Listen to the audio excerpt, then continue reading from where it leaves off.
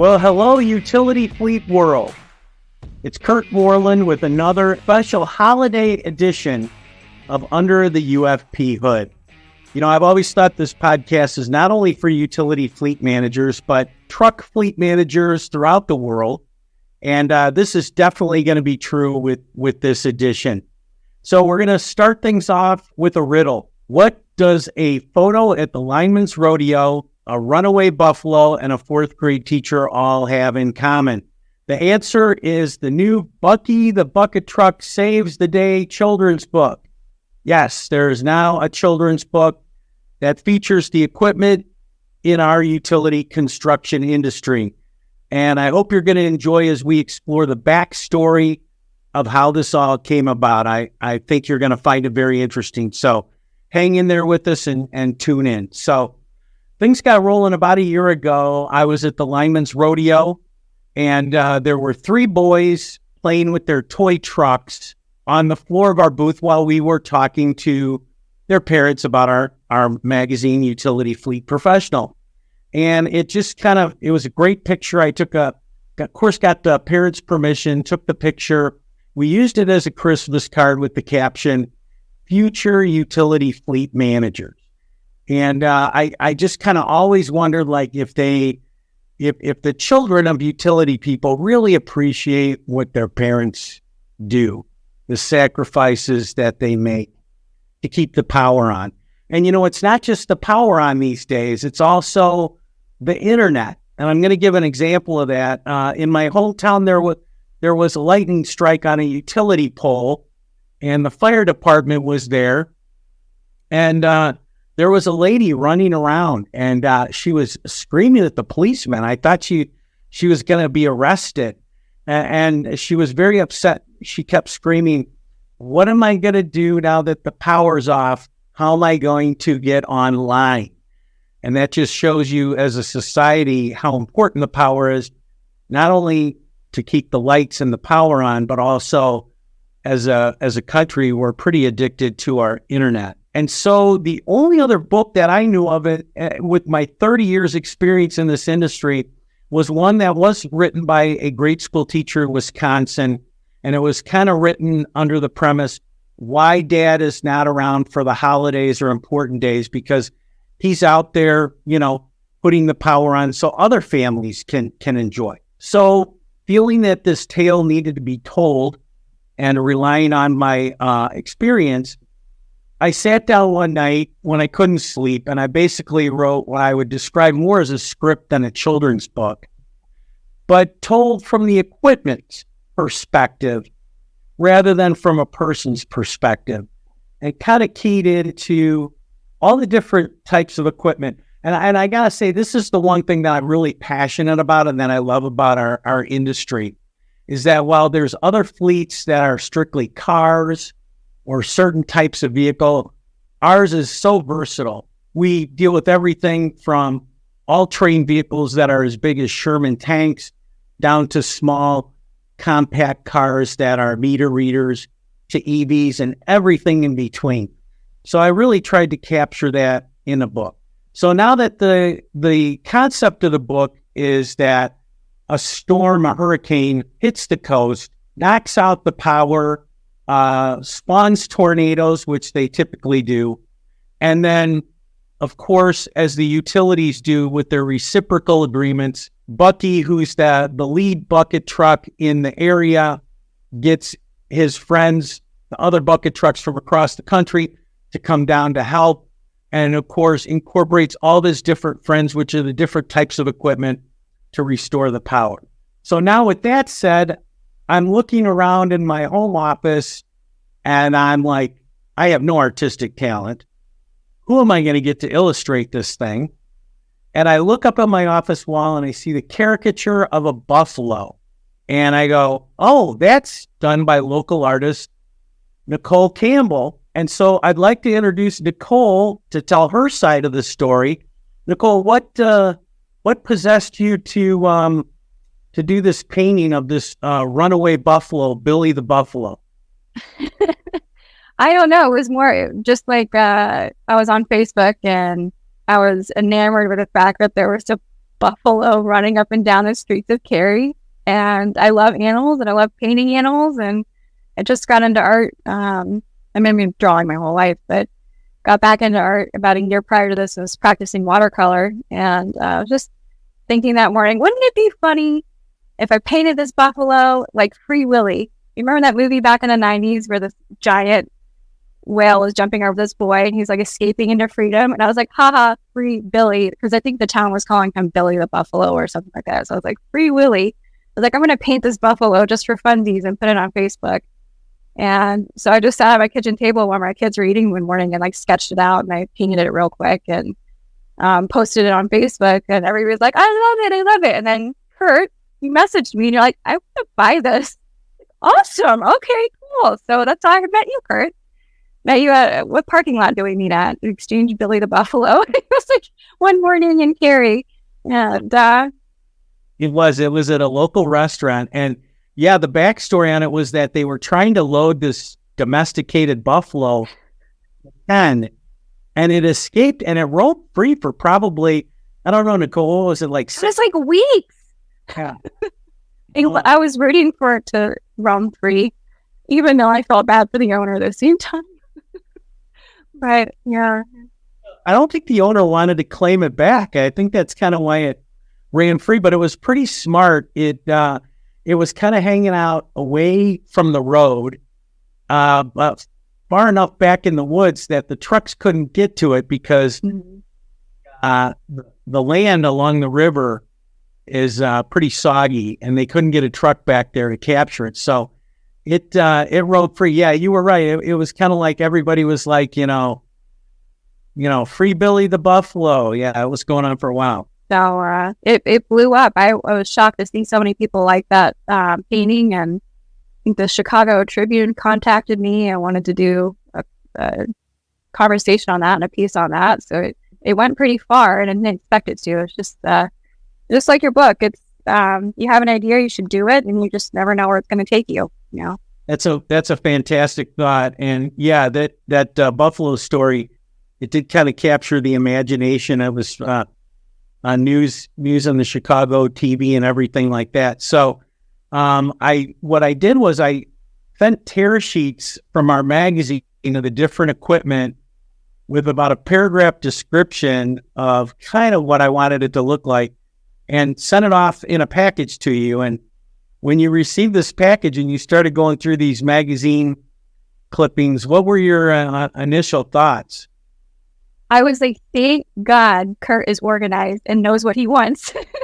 Because initially I had no idea how I was going to do this or what I was going to receive from you. I think the hardest part about being an artist is trying to capture. If you don't get a lot of direction, it's daunting. You're like, oh, but you're like, you set everything out, exactly what each little page is going to say, and descriptions of the characters and their names and pictures of all the vehicles. So I could take your pictures and ideas. And then Google. Google is my best friend for those, because I had no idea what a backhoe was or like all these YouTube. I learned so much in this process, but yeah, once I got your package, I felt better. Actually, it was not as bad as I thought it was going to be, and I just sat down and I sketched out each page and ideas, and it eventually came together. So it was a fun process. I enjoyed it. And backstory, I've never drawn vehicles. I've only done like animal sketches, landscapes, and the occasional house for somebody. So this was way outside of my realm, but I enjoyed it. It helped me grow. So thank you. Well, I should mention, in the meantime, you moved from our Chicago suburban town to frontiers of Alaska. I did.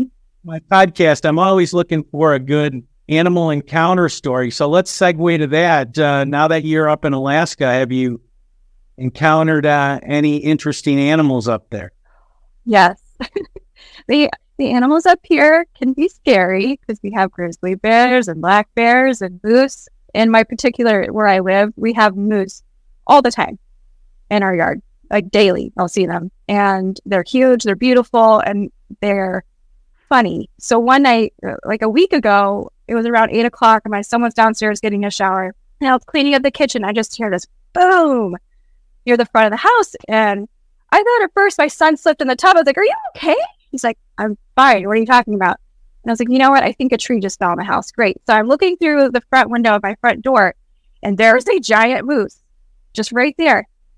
The thing is, my front door is up 9 or 10 steps. It's a porch. It's not just like a flat patio area. This moose had climbed up there to get my pumpkins off my porch and eat them. And he was rolling them down the porch and smashing them at the bottom of the deck. So I'm sitting there like looking through the window and taking photos. I could not believe he figured out how to climb up the steps, which kind of unlocked a new fear because I didn't think they could get up steps. I thought, I'm safe up here.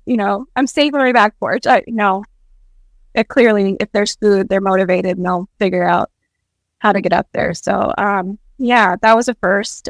Usually we see them out from a distance, but no, he was right there. So now I double check before I let the dog out. I kind of look around the corners to make sure there's nothing there.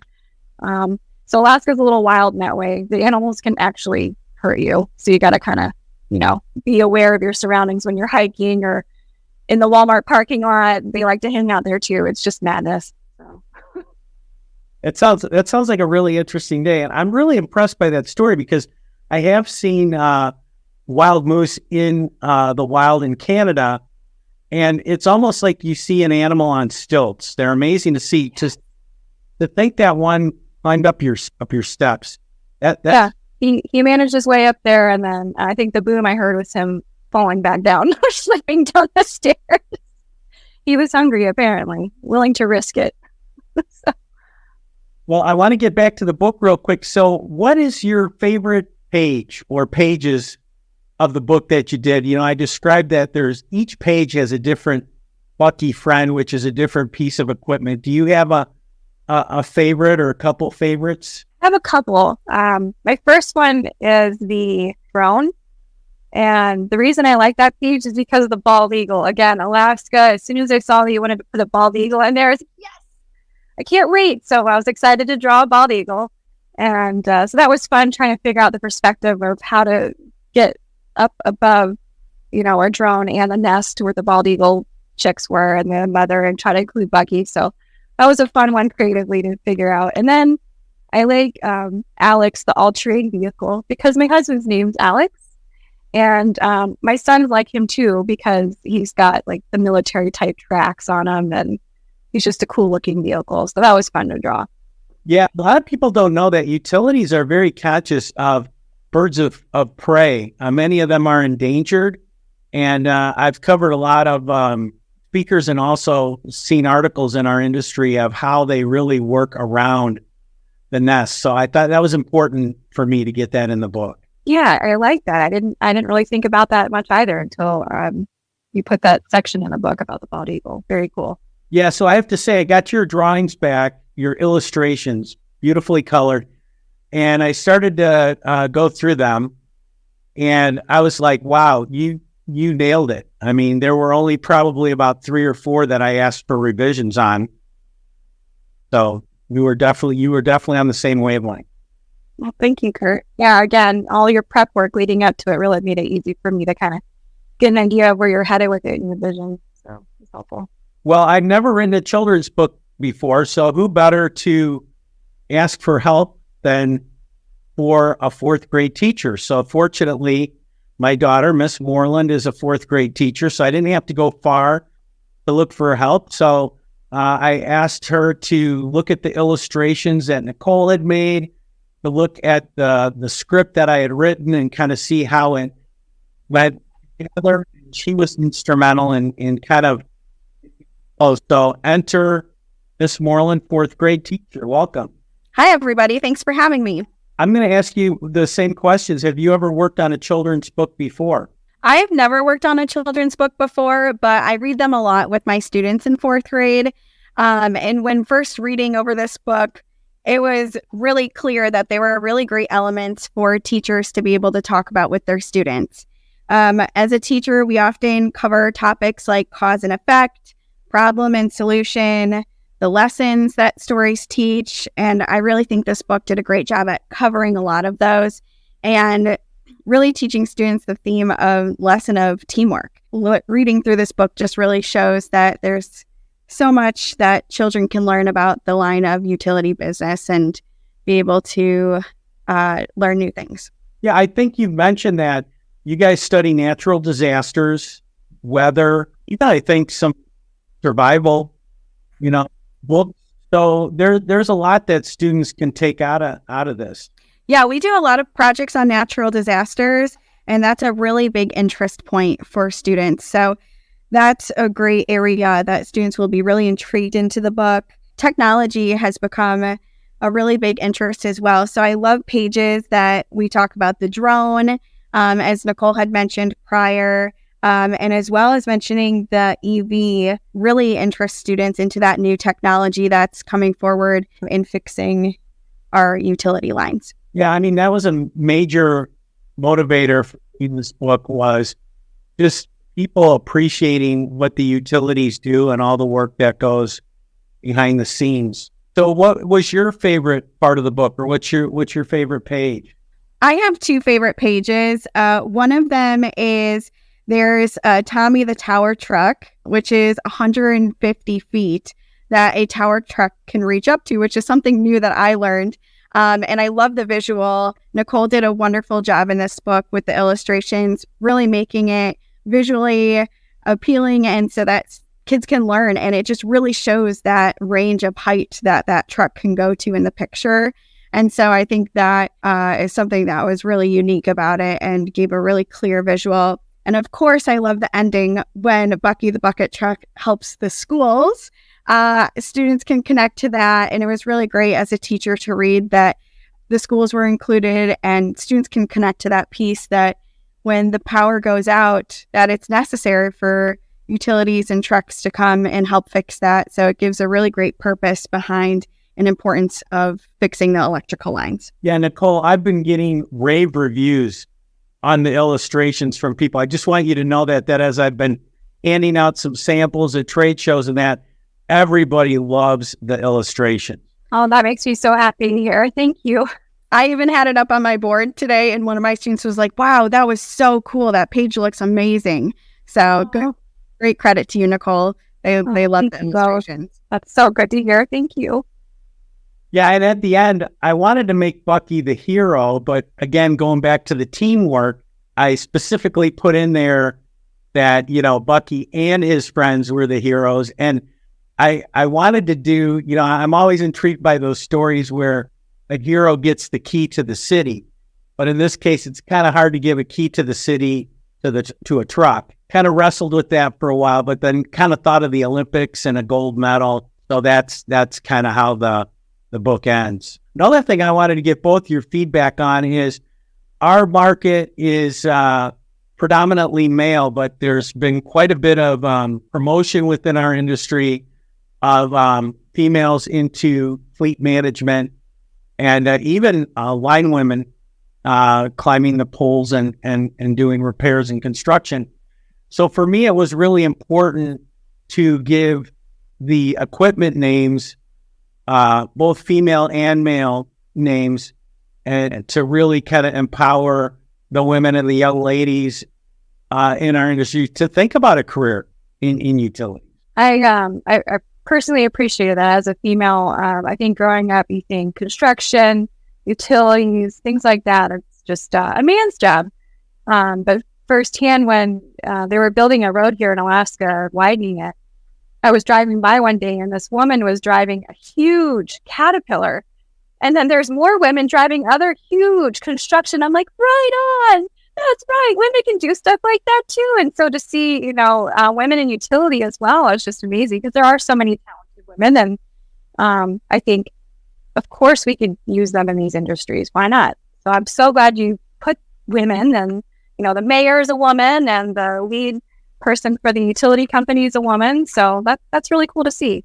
Yeah. And I have to add one other personal experience that went in the book. And Miss Moreland, I don't know if you remember this or not, but we actually had a tornado go through our town and right over the top of our house, and we were without power for a week.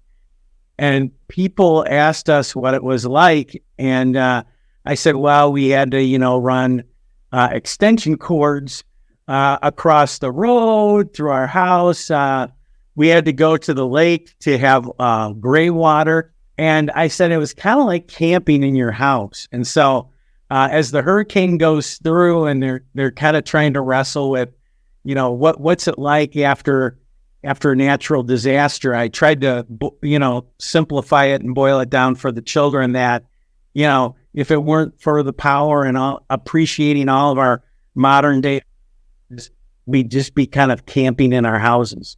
It's funny. We get that a lot up here in Alaska. We lose power a lot because we have very high winds, very heavy snow, and power is super important to us because it's very cold. They get down to like -20, -30 the winter where I live. So we heavily rely on electricity, natural gas, all of that. So if we have an earthquake or a natural disaster or a blizzard, a lot of us have backup heat sources, but a lot of us don't. So it's really important that we have these brave people out there that are willing to go out in the middle of a blizzard and fix the power lines and get them up as fast as possible, because it's really a life or death situation for a lot of people here. Well said, Nichole. So now we had your great illustrations. We have it tailored for the children, but you have to put those things together. So our Utility Fleet Professional magazine is laid out by a very talented lady named is Lorraine Vogel.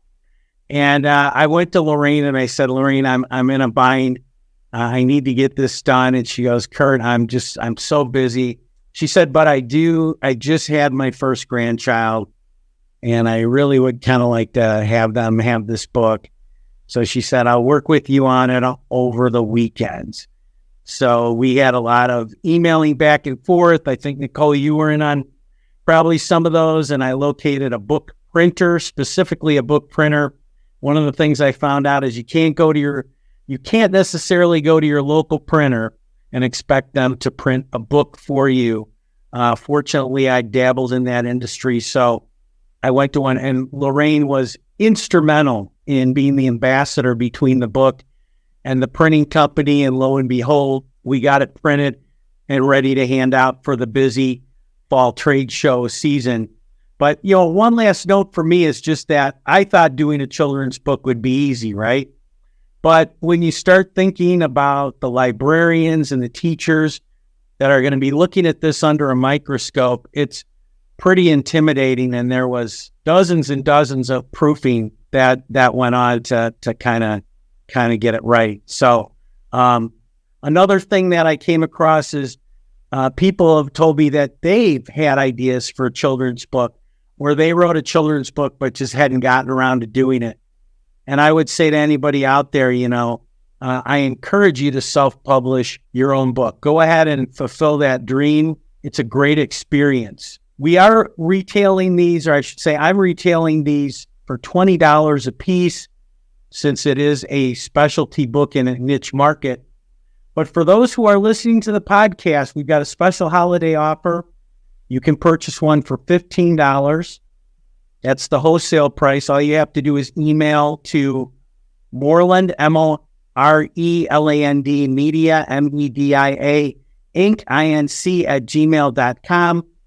And we will figure out a way to get you a book and receive a payment. It'll make a great holiday gift, or donate one to your local school or children's hospital. So one last shout out for our special holiday podcast here at the end of the year to our sponsor, Tallman Equipment.